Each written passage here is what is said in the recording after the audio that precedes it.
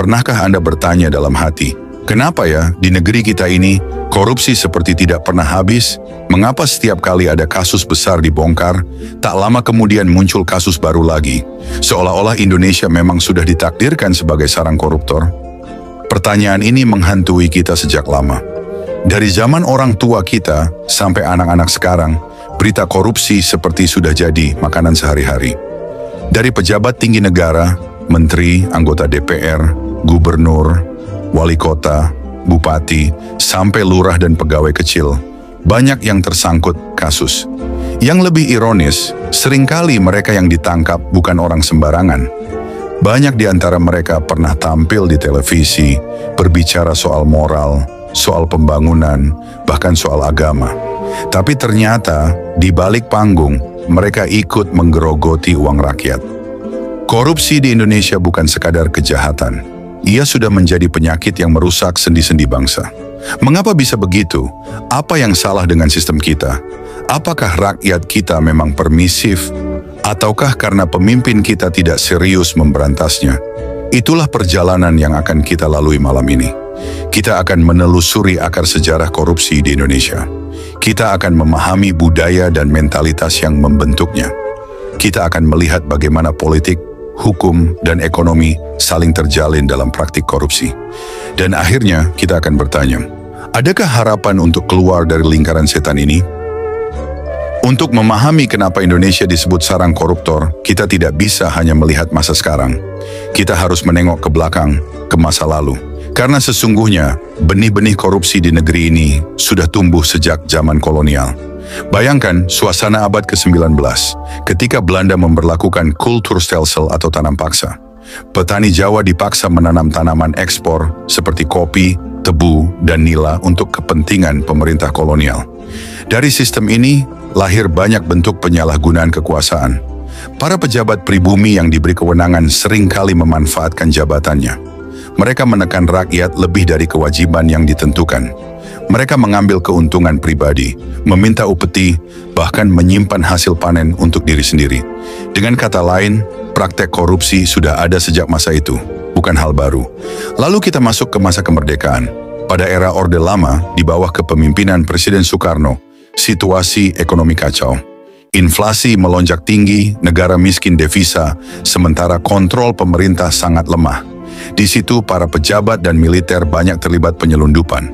Ada korupsi dalam BUMN, ada kong-kali-kong dalam distribusi barang. Namun puncaknya justru terjadi di masa Orde Baru.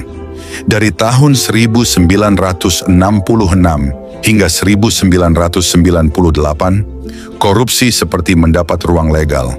Kekuasaan yang sangat terpusat di tangan Soeharto membuat praktik KKN, korupsi, kolusi, nepotisme berkembang pesat. Banyak perusahaan kroni mendapat proyek tanpa tender. Keluarga presiden menguasai bisnis besar. Yang menarik, di masa itu rakyat tahu ada korupsi. Tapi korupsi dianggap wajar, seolah bagian dari sistem. Asalkan pembangunan berjalan, jalan raya dibangun, listrik masuk desa, maka korupsi bisa ditoleransi. Inilah warisan mentalitas yang masih terasa sampai sekarang. Saat reformasi 1998 tiba, rakyat berharap segalanya berubah. Soeharto tumbang dan jargon anti korupsi berkumandang. Lahir lembaga seperti Komisi Pemberantasan Korupsi, KPK. Namun apa yang terjadi? Bukan korupsi yang hilang, justru korupsi semakin menggila, tak lagi berkelompok, tapi berjamaah, dan semakin banyak kasus yang terungkap. Mengapa begitu? Karena reformasi membuka ruang demokrasi yang lebih luas, sehingga skandal yang dulunya ditutup-tutupi, kini bisa terbongkar. Tapi di sisi lain, sistem politik baru malah menciptakan biaya politik yang sangat mahal, yang justru mendorong pejabat untuk mencari uang lewat korupsi. Sejarah ini memberi pelajaran. Korupsi di Indonesia bukan sekadar perilaku individu. Ia adalah warisan panjang dari sistem yang timpang sejak masa kolonial, diteruskan di era Orde Baru, dan belum tuntas dibereskan di era reformasi. Mari kita bergeser pada akar budaya. Seringkali kita berpikir korupsi hanya soal uang, padahal ada akar kultural yang membuat korupsi mudah diterima. Salah satunya adalah budaya patronas atau hubungan patron-klien. Dalam budaya ini, bawahan merasa berkewajiban memberi sesuatu kepada atasan. Entah berupa hadiah, uang, atau bentuk jasa lain, atasan pun merasa berhak menerima karena kedudukannya. Di Jawa misalnya, tradisi memberi upeti kepada penguasa sudah ada sejak masa kerajaan. Dalam birokrasi modern, tradisi ini tidak hilang, hanya berubah bentuk. Seorang pegawai merasa wajib setor kepada kepala bagian. Kepala bagian menyetor lagi ke atasannya. Begitu seterusnya hingga puncak piramida. Budaya feodalisme juga berperan. Dalam kultur yang sangat hierarkis, bawahan sulit menolak perintah atasan meskipun salah. Kalau atasan meminta sesuatu yang tidak benar, bawahan seringkali memilih diam atau bahkan ikut melaksanakan. Karena menolak dianggap tidak sopan, tidak loyal. Yang lebih parah, praktik ini kadang dibungkus dengan istilah indah. Loyalitas, tanda terima kasih, atau sumbangan. Padahal hakikatnya adalah korupsi. Contoh nyata bisa kita lihat pada banyak kasus suap. Seorang pengusaha merasa wajar memberi uang pelicin agar urusan cepat selesai. Pejabat merasa wajar menerima karena itu dianggap rezeki. Padahal yang terjadi adalah perusakan sistem hukum. Inilah yang membuat korupsi bukan hanya kejahatan individu, melainkan kejahatan yang didukung oleh budaya permisif. Jika budaya ini tidak diubah, maka sehebat apapun hukum dibuat, korupsi akan tetap mencari jalan untuk hidup. Saudara-saudara, mari kita jujur. Demokrasi memang membawa kebebasan, tapi di Indonesia, ia juga membawa konsekuensi besar. Politik berbiaya mahal. Untuk menjadi calon anggota DPR, seorang kandidat harus menyiapkan dana miliaran rupiah. Untuk ikut pilkada, apalagi pilgub, bisa puluhan miliar. Dari mana semua uang itu? Pertama, biaya untuk mendapatkan rekomendasi partai. Banyak orang menyebutnya mahar politik. Seorang calon harus membeli tiket dari partai agar bisa diusung. Jumlahnya bisa fantastis. Kedua, biaya kampanye. Membuat baliho, iklan di televisi, membayar tim sukses, mengadakan konser, hingga membagikan sembako ke masyarakat. Belum lagi biaya untuk serangan fajar. Membagi-bagikan uang menjelang hari pencoblosan. Ketiga, biaya untuk mengelola dukungan selama menjabat. Seorang kepala daerah misalnya harus menghormati partai yang mendukungnya. Caranya dengan membagi proyek, mengatur anggaran, atau memberi jatah kepada elit politik. Dengan biaya politik sebesar itu, wajar jika banyak pejabat merasa harus balik modal setelah berkuasa. Dari sinilah muncul praktik korupsi, suap proyek, markup anggaran, jual beli jabatan. Kita bisa lihat contohnya dalam berbagai kasus kepala daerah yang tertangkap KPK. Hampir setiap tahun, ada saja bupati atau wali kota yang diciduk karena menerima suap dari pengusaha. Modusnya mirip, pengusaha ingin mendapat proyek, lalu memberi setoran kepada pejabat. Ironinya, pejabat-pejabat ini seringkali sudah kaya raya.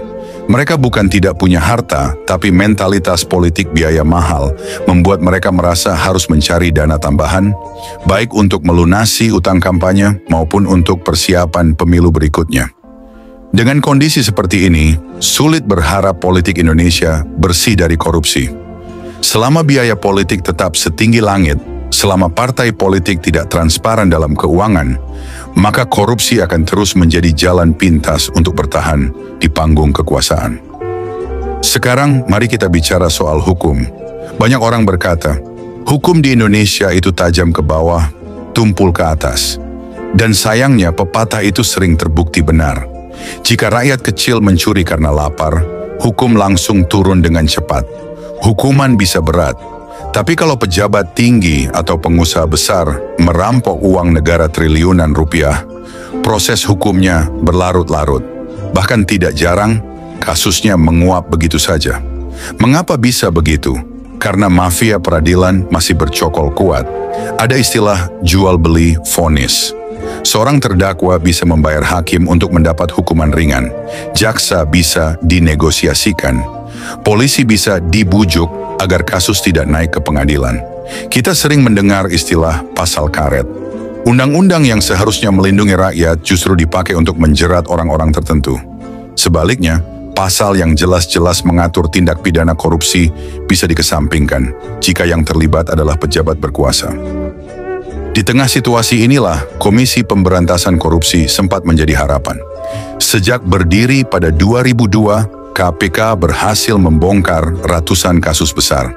Dari anggota DPR, menteri, hingga kepala daerah, banyak yang akhirnya dijebloskan ke penjara.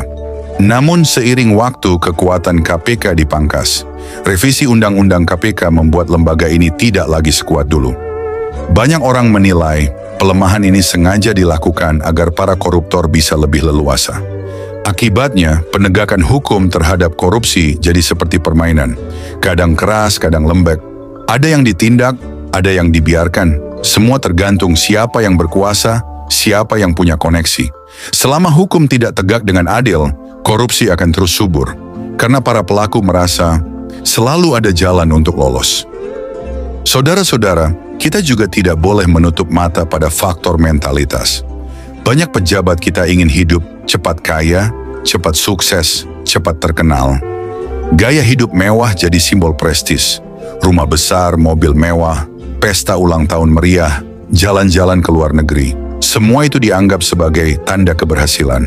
Masalahnya gaji seorang pejabat seringkali tidak cukup untuk menutup semua kebutuhan gaya hidup tersebut. Maka muncullah dorongan untuk mencari jalan pintas. Korupsi jadi solusi cepat. Kita bisa lihat banyak contoh. Ada pejabat yang memamerkan jam tangan seharga ratusan juta. Ada istri pejabat yang suka pamer tas mewah di media sosial. Ada anak pejabat yang hobi mengunggah foto liburan glamour.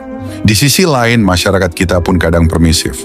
Ketika melihat pejabat kaya mendadak, banyak yang justru kagum, bukan curiga. Ada yang berkata, "Wah, hebat ya Pak Bupati, sukses banget." Padahal kekayaan itu mungkin hasil korupsi. Budaya instan ini makin diperparah dengan sistem birokrasi yang rumit. Masyarakat sendiri sering ikut mendorong praktik suap karena ingin urusan cepat selesai. Mau bikin KTP, beri uang tambahan. Mau izin usaha cepat keluar, ada uang pelicin. Jadilah korupsi seperti lingkaran setan. Pejabat butuh uang untuk gaya hidup. Rakyat butuh cepat selesai urusan. Pengusaha butuh jalan pintas untuk proyek. Semua sama-sama terjebak dalam mentalitas instan. Saudara-saudara, mari kita perhatikan lebih dalam. Korupsi di Indonesia bukan hanya soal individu, bukan hanya soal pejabat yang nakal. Ada struktur besar yang menopangnya, yaitu oligarki. Apa itu oligarki? Secara sederhana, oligarki adalah kekuasaan yang dikuasai oleh segelintir orang kaya dan berpengaruh. Mereka adalah pengusaha besar yang punya akses ke politik dan politisi yang punya koneksi ke dunia bisnis. Hubungan keduanya seperti simbiosis. Pengusaha butuh izin, proyek, dan regulasi yang menguntungkan. Politisi butuh dana untuk kampanye dan mempertahankan kekuasaan. Maka mereka saling mengikat diri dalam hubungan transaksional. Contoh paling sederhana adalah proyek infrastruktur. Misalnya, pembangunan jalan tol, jembatan, atau gedung pemerintah. Nilainya bisa triliunan rupiah. Tidak jarang sebelum proyek dilelang, sudah ada kesepakatan siapa yang akan menang. Pengusaha memberi komisi kepada pejabat. Pejabat memastikan pengusaha itu mendapat proyek. Lalu keuntungan dibagi, uang rakyat yang seharusnya untuk kualitas jalan terbaik, akhirnya bocor di tengah jalan. Oligarki juga bermain di sektor sumber daya alam. Dari tambang batu bara, sawit, minyak, hingga nikel, semuanya rawan disusupi korupsi. Banyak laporan menunjukkan bagaimana izin tambang diberikan kepada perusahaan yang dekat dengan elit politik.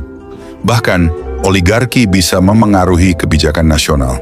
Misalnya, ketika ada undang-undang baru yang menguntungkan kelompok tertentu, banyak yang curiga. Jangan-jangan ini pesanan pengusaha? Dengan kekuatan finansialnya, oligarki bisa mengendalikan media, membiayai partai politik, bahkan mengatur opini publik. Maka jangan heran jika korupsi di Indonesia terasa begitu sulit diberantas, karena ia bukan sekadar perilaku nakal, melainkan sistem yang melibatkan jaringan kuat antara pengusaha dan politisi. Selama oligarki masih memegang kendali, korupsi akan selalu menemukan jalannya. Seringkali kita membayangkan korupsi hanya terjadi di gedung tinggi, di kantor kementerian, atau di ruang rapat DPR. Padahal kenyataannya, korupsi juga hidup di sekitar kita, dalam bentuk yang lebih kecil, tapi tidak kalah berbahaya. Contoh paling nyata adalah pungutan liar atau pungli. Mau urus SIM, STNK, atau KTP, seringkali ada biaya tambahan di luar ketentuan. Ada yang menyebutnya uang rokok, ada yang bilang biaya administrasi. Padahal itu adalah bentuk korupsi. Ada juga praktik uang pelicin di dunia usaha. Seorang pengusaha yang ingin izin cepat keluar, terpaksa memberi amplop kepada pejabat terkait. Kalau tidak, berkasnya bisa berbulan-bulan tidak diproses. Di rumah sakit, ada cerita pasien harus memberi uang terima kasih agar dilayani lebih cepat. Di sekolah, ada cerita orang tua murid diminta sumbangan sukarela yang sifatnya memaksa. Semua ini adalah bentuk korupsi dalam skala kecil. Masalahnya, praktik ini sudah dianggap biasa. Masyarakat kadang tidak melihatnya sebagai kejahatan. Mereka berkata, wajar, namanya juga cari tambahan. Atau, kalau tidak bayar, nanti urusan lama. Padahal jika kita biarkan, inilah yang disebut korupsi struktural. Ia bukan hanya dilakukan oleh individu, tapi sudah menjadi bagian dari sistem. Dari bawah sampai atas, semua saling terkait. Yang lebih ironis, masyarakat sering jadi korban sekaligus pelaku. Korban karena terpaksa membayar lebih, pelaku karena ikut memberi dan membenarkan praktik itu. Dengan kondisi seperti ini, sulit sekali memberantas korupsi hanya dari atas, karena akar masalahnya sudah menancap dalam di keseharian kita. Sekarang, mari kita bicara soal dampaknya. Seringkali orang berkata, korupsi itu biasa. Hanya beberapa orang kaya yang dapat untung. Negara masih baik-baik saja. Benarkah demikian? Faktanya, korupsi telah merampas masa depan bangsa ini. Mari kita lihat satu persatu. Pertama, dari sisi ekonomi. Setiap tahun, Badan Pemeriksa Keuangan melaporkan kebocoran anggaran negara mencapai triliunan rupiah. Bayangkan uang sebesar itu bisa dipakai untuk membangun sekolah, rumah sakit, jembatan, atau menyediakan beasiswa bagi jutaan anak bangsa. Tapi uang itu hilang, masuk ke kantong segelintir orang. Kedua, dari sisi pembangunan. Korupsi membuat banyak proyek mangkrak atau hasilnya buruk.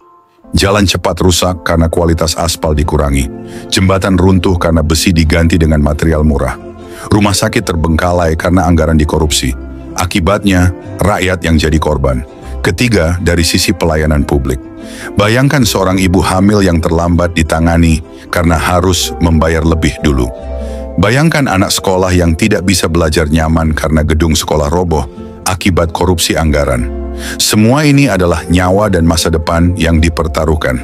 Keempat, dari sisi sosial politik. Korupsi menciptakan ketidakadilan yang nyata. Segelintir orang bisa hidup mewah dengan uang haram, sementara jutaan rakyat hidup dalam kemiskinan. Rasa percaya pada negara pun hilang. Rakyat jadi apatis berkata, buat apa jujur? Toh pejabatnya juga maling. Dan yang paling berbahaya adalah dampak jangka panjangnya. Korupsi menciptakan generasi yang hilang. Lost generation. Anak-anak tumbuh dengan menyaksikan pejabat kaya mendadak tanpa kerja keras. Mereka belajar bahwa sukses bisa diraih dengan jalan pintas, bukan dengan integritas. Jika dibiarkan, bangsa ini akan kehilangan arah. Bukan karena kita tidak punya sumber daya, bukan karena kita tidak punya orang pintar, tapi karena uang rakyat terus digerogoti oleh korupsi. Korupsi bukan sekadar kejahatan finansial, ia adalah kejahatan kemanusiaan karena merampas hak rakyat untuk hidup layak, sehat, dan sejahtera. Saudara-saudara, meskipun korupsi tampak begitu gelap, kita tidak boleh melupakan bahwa banyak upaya telah dilakukan untuk melawannya. Sejak reformasi 1998, tuntutan rakyat sangat jelas, berantas KKN. Dari sinilah lahir Komisi Pemberantasan Korupsi, KPK. Lembaga ini berdiri pada tahun 2002 dengan kewenangan luar biasa. Bisa menyadap, bisa melakukan OTT, bisa menuntut pejabat tinggi. Di awal kiprahnya, Komisi Pemberantasan Korupsi menjadi momok menakutkan. Hampir setiap minggu ada saja pejabat yang ditangkap. Dari anggota DPR, menteri, gubernur, hingga hakim. Rakyat pun bersorak. Inilah harapan baru. Selain itu, ada pula reformasi birokrasi. Pemerintah mulai menerapkan sistem e-government untuk menekan pungli. Urus paspor, KTP atau SIM kini bisa dilakukan lebih transparan dengan sistem digital. Gerakan masyarakat sipil juga tumbuh. LSM, mahasiswa, media, semua ikut mengawasi. Laporan masyarakat tentang dugaan korupsi makin banyak. Bahkan budaya whistleblower mulai dikenal. Namun perjuangan ini tidak mulus. KPK yang dulu sangat ditakuti, kini kekuatannya dipangkas. Revisi undang-undang membuat independensinya lemah. Banyak orang menilai ini adalah bentuk perlawanan balik dari para koruptor. Tapi jangan salah, semangat melawan korupsi tidak pernah mati. Masih banyak hakim, jaksa, polisi, wartawan, dan aktivis yang berani melawan. Mereka mungkin kalah di satu pertempuran, tapi perang melawan korupsi masih terus berlangsung. Mari kita belajar dari negara lain. Karena korupsi bukan hanya masalah Indonesia. Banyak negara di Asia juga pernah menjadi sarang koruptor. Lihat Singapura di tahun 1950-an. Negara kecil itu dulu penuh dengan suap dan mafia. Tapi pemerintahnya mengambil langkah tegas. Mereka memberi gaji tinggi untuk pejabat, menegakkan hukum tanpa pandang bulu, dan membangun budaya integritas. Kini, Singapura menjadi salah satu negara paling bersih di dunia. Hong Kong juga sama. Pada 1970-an, polisi di sana sangat korup. Uang sogokan ada di mana-mana. Namun ketika Independent Commission Against Corruption, ICAC, dibentuk, hukum ditegakkan dengan keras. Perlahan, budaya suap bisa dipatahkan. Korea Selatan bahkan pernah memenjarakan mantan presidennya karena korupsi. Artinya, hukum benar-benar berdiri di atas semua orang, tanpa pengecualian. Apa pelajarannya untuk Indonesia? Bahwa korupsi bisa diberantas. Bukan mustahil, tapi syaratnya ada 3. Political will, hukum yang tegas, dan perubahan budaya.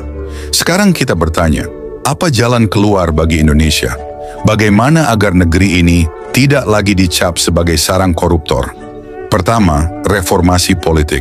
Selama biaya pemilu dan pilkada masih mahal, korupsi akan terus hidup. Negara harus berani membiayai partai politik secara transparan agar mereka tidak bergantung pada donasi gelap. Kedua, penegakan hukum yang independen.